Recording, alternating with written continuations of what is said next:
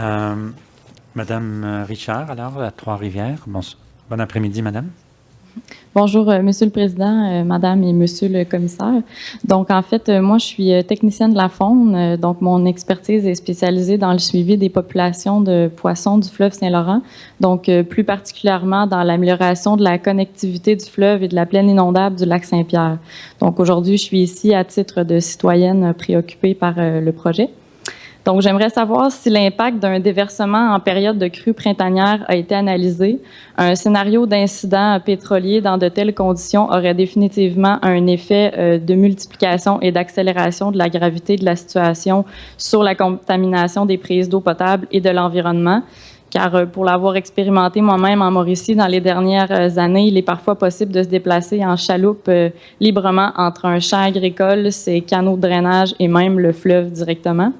Donc, pour respecter la thématique de cet après-midi et me limiter à une seule question, Monsieur le Président, j'aimerais savoir comment le promoteur prévoit considérer la protection des espèces aquatiques en période de crue printanière, moment où plusieurs espèces sont en mode de reproduction et donc très concentrées au même endroit et particulièrement vulnérables, comme par exemple certaines espèces à haute valeur socio-économique telles que la perche chaude du lac Saint-Pierre qui fait l'objet présentement d'un moratoire. Merci. Merci, Madame. Monsieur Bergeron. Mais tantôt, vous faisiez référence au tout début à un déversement. Je comprends que votre question n'est pas en lien avec le déversement. Hein? Ben, en fait, c'est en lien avec un déversement en période de crue printanière. C'est toujours en déversement en période de crue printanière. Merci.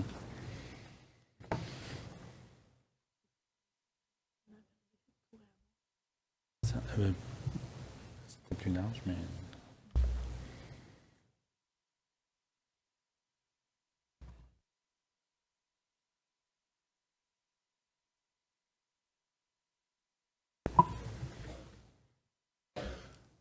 Alors, Monsieur le Président, comme je mentionnais tout à l'heure, 21 des 24 rivières importantes qui sont des tributaires du fleuve Saint-Laurent seront traversées en forage directionnel horizontal. Maintenant, en ce qui concerne d'autres cours d'eau éventuels qui pourraient être contaminés, je vais laisser Monsieur Grenon élaborer. Merci, Monsieur le Président. Donc, un peu la méthodologie que l'on va employer pour établir les plans d'urgence. Malheureusement, on ne peut pas être très spécifique là, par rapport à la situation que Madame décrit. Mais nous, comme on a dit tout à l'heure, nous allons réaliser des modélisations dans les cours d'eau principaux. Nous allons déterminer la vélocité dans les petits cours d'eau. En période de crue? En période de crue, c'est notre base de planification, c'est en période de crue. Et également, nous allons identifier les récepteurs sensibles tels que les frayères, comme Madame le décrivait. Ça va faire partie de ce qu'on va établir. On va établir des cartes de sensibilité, puis nos équipes d'intervention d'urgence, avec nos plans tactiques, vont tenir ça en considération si jamais il y avait un incident, puis on va se déployer en fonction de ces plans-là. Donc, comme on disait tout à l'heure, c'est un travail qu'on vient tout juste de débuter, qui va se poursuivre jusqu'en 2018. Donc, c'est difficile d'être plus spécifique pour un secteur particulier, mais en gros, c'est la méthodologie qui va être employée. Madame Grandbois. Donc, si je comprends bien, supposons, puis là, je suis dans les hypothèses, mais supposons qu'en amont de la plaine inondable du lac Saint-Pierre, supposons qu'il y a il y a sûrement une rivière qui jette dans le fleuve à cet endroit-là qui ne fera pas l'objet d'un forage directionnel et horizontal. Il y en a certainement au moins une. Donc, supposons qu'il y aurait un déversement qui arriverait au fleuve pas très loin du lac Saint-Pierre par une rivière et que ça se produirait en période de crue printanière. Ce que vous nous dites, c'est que votre plan stratégique aurait, disons, anticipé, là, si c'est en crue printanière, le niveau d'eau arrêtera pas à la rive normale du fleuve, il va se rendre jusqu'à la 40 ou presque, et donc les interventions vont devoir tenir compte de ça. Donc, je comprends bien, vos plans tactiques iraient aussi loin, ils ne sont pas nécessairement prêts maintenant, mais ils iraient aussi loin que considérer l'étendue d'eau, disons, beaucoup plus importante que normale en crue printanière. Normalement, ce serait de l'information que vous auriez à l'avance et dont vous tiendriez compte. Effectivement, Madame la Commissaire, c'est nous, notre base de planification, ça va être les périodes de grand cru. Et nos modélisations vont inclure les circonstances que vous venez tout juste de décrire. Bon, ça va changer d'un secteur à l'autre, bien sûr, mais notre base de planification, c'est justement les périodes de grand cru. pour être capable d'intervenir dans ces conditions-là également.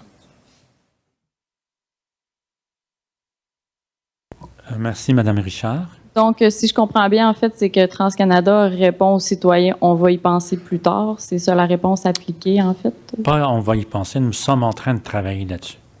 OK, mais ce ne sera pas une réponse que les citoyens vont pouvoir avoir avant de se prononcer sur le projet. Est-ce que c'est bien ça? Monsieur le Président, Bergeron. si vous désirez, on peut vous projeter la carte sur laquelle on a fait du travail qui montre effectivement les zones là, qui concernent la question qui a été posée. Allez-y, Madame Grandmont. Ce que j'ai compris, M. Bergeron, par contre, de ce que vous nous avez dit concernant les plans tactiques, c'est qu'ils ne sont pas complétés maintenant, mais ils vont être complétés pour tous les points le long du tracé. Et c'est une information qui sera, vous avez parlé en tout cas au minimum, communiquée avec tous les intervenants locaux. Donc, on n'a pas l'information aujourd'hui, mais on sait aujourd'hui que cette information-là va être disponible. Vous avez parlé début du 2018, quelque chose comme ça. Hein? Oui, effectivement, Madame la Commissaire, il faut non seulement que ce soit communiqué, mais il faut qu'il y ait une harmonisation, il faut qu'il y ait une entente entre les différents intervenants, que c'est la bonne information, que c'est l'information qui est importante pour la situation. Et d'ailleurs, on vous présente à l'écran actuellement une carte que je peux demander à M. Veilleux peut-être d'expliquer relativement à ce qu'on vient de discuter. En fait, c'est un peu du même modèle que tout à l'heure. On voit en bleu foncé la zone qui pourrait être inondée, tandis que chaque ligne orangée représente les divers bassins versants qui se jettent en amont puis en aval et dans le lac Saint-Pierre. Donc, l'exercice que mon collègue fera éventuellement à propos des déversements futurs vers le lac Saint-Pierre, c'est un premier outil de travail qu'on pourrait utiliser à ce moment-là. Merci, Monsieur Veilleux. Merci encore, Madame Richard. Merci. Monsieur